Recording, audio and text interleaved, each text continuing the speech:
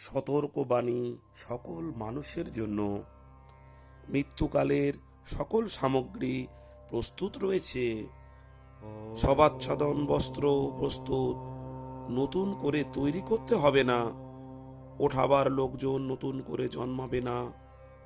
পোড়াবার জায়গাও ঠিক হয়ে আছে, নতুন করে ভাবতে হবে না। পোড়াবার কাঠ তৈরি, নতুন করে গাছ লাগাতে হবে না।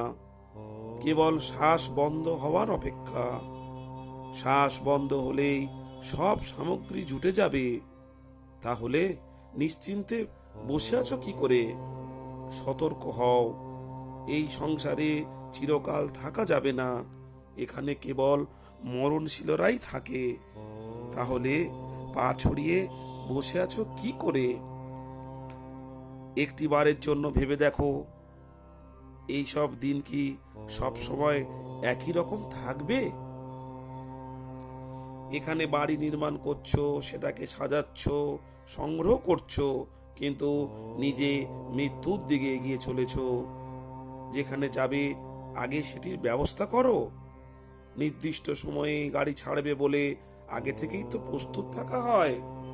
তাহলে মৃত্যুরূপী গাড়ি ছাড়ার যখন কোনো নির্দিষ্ট সময় নেই, সেক্ষেত্রে তার জন্য তো সর্বদাই সতর্ক থাকা উচিত।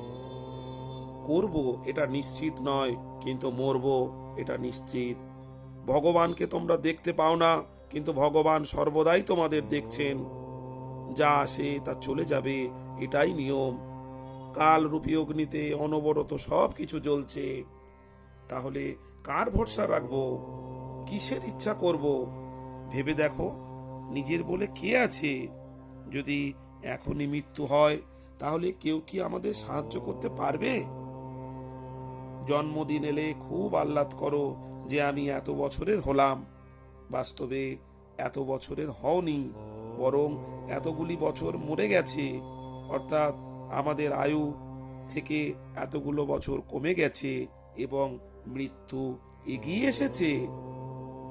শিশু জন্মাবার পর সে বড় হবে কিনা, বড় হলে সে পড়াশোনা করবে কিনা, তার বিবাহ হবে কিনা, তার সন্তান হবে কিনা, তার ধন সম্পত্তি হবে কিনা ইত্যাদি সবকিছুতে সন্দেহ থাকে। কিন্তু তার মৃত্যু হবে কি হবে না তাতে কোনো সন্দেহই নেই। শ্রোতাজন, আমাদের সতর্ক হতে হবে।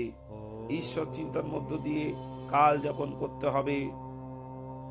সেই পরমেশ্বরের কাছে আমাদের পৌঁছতে হবে। নমস্কার।